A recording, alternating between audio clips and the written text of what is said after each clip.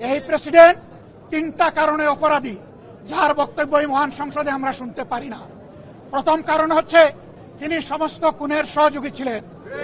তার আমলে যে খুনগুলো হয়েছে, একটা খুনের বিরুদ্ধেও তিনি শাসক গোষ্ঠীর প্রতিবাদ করেন নাই, সেই খুনে তিনি কোনো ব্যবস্থা গ্রহণ করেন নাই।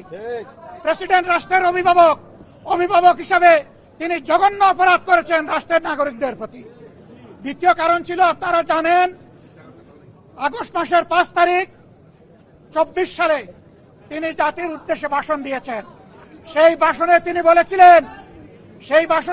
বলেছিলেন যে ফ্যাসিস্ট প্রধানমন্ত্রী পদত্যাগ করেছেন এবং তিনি তা মঞ্জুর করেছেন। পরবর্তী পর্যায়ে আপনারা দেখেছেন, 2টা মিডিয়ার সাথে সাক্ষাৎকার দিতে গিয়ে তিনি তা অস্বীকার করেছেন, নতুন গল্প সামনে নিয়ে এসেছেন। তিনি জাতির সামনে মিথ্যাবাদী হিসাবে সাব্যস্ত হয়েছেন। দেশের প্রেসিডেন্ট মিথ্যাবাদী সাব্যস্ত হওয়ার পরে প্রেসিডেন্ট হিসাবে তার আর কোন নৈতিক অধিকার থাকে না। 3 নম্বর অপরাধ তিনি করেছেন, তিনি নিজের হাতে অর্ডিন্যান্স সাইন করেছেন। এই জুলাই অভ্যুত্থানের পরে ফেব্রুয়ারির 12 তারিখ নির্বাচন হবে। নির্বাচনের পরে যারা নির্বাচিত হবেন তারা 2টা ক্যাপাসিটিতে নির্বাচিত হবেন। তারা সংস্কার পরিষদের সদস্য হিসাবে নির্বাচিত হবেন এবং তারা একই সাথে সংসদ সদস্য হিসাবে নির্বাচিত হবেন। একই দিনে উভয় শপথ একই ব্যক্তি পড়াবেন।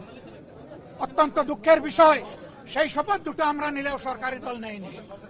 তার প্রথম দায়িত্ব ছিল গেজেট প্রকাশের 30 দিনের ভিতরে সংস্কার পরিষদের অধিবেশন ডাকা। তিনি সেই অধিবেশন ডাকেন নাই। গণভোটে হার পক্ষে ভোট দিয়েছে 70% মানুষ। তিনি 70% জনগণকে, দেশবাসীকে অপমান করেছেন। এখানেও তিনি অপরাধ করেছেন। এই 3 অপরাধের কারণে আমরা তার ভাষণ শুনতে চাইনি এবং আমরা সরকারি দলকেও অনুরোধ জানিয়েছিলাম, স্পিকার মহোদয়কে অনুরোধ জানিয়েছিলাম তাকে যেন ভাষণ দিতে দেওয়া না হয়। তারা আমাদের কথা গ্রাহ্য করেন নাই। আমরা সংক্ষুব্ধ হয়ে সংসদ থেকে বের হয়ে এসেছি। আমরা আগামীতে এই সংসদে কোনো অন্যায়কে আমরা বরদাস্ত করব না এবং মেনে নেব না। আমরা জনগণের স্বার্থের পক্ষে লড়াই করে যাব, অধিকারের পক্ষে লড়াই করে যাব। প্রিয় দেশবাসী, আমরা আপনাদের সাথে আসছি, আপনাদের অধিকারের পক্ষে আছি, আপনাদের রায়ের প্রতি আমাদের সম্মান আছে। আমরা আছি আপনাদের সাথে, আপনারাও থাকবেন আমাদের সাথে। সাংবাদিক বন্ধুগণ, আপনাদেরকে ধন্যবাদ।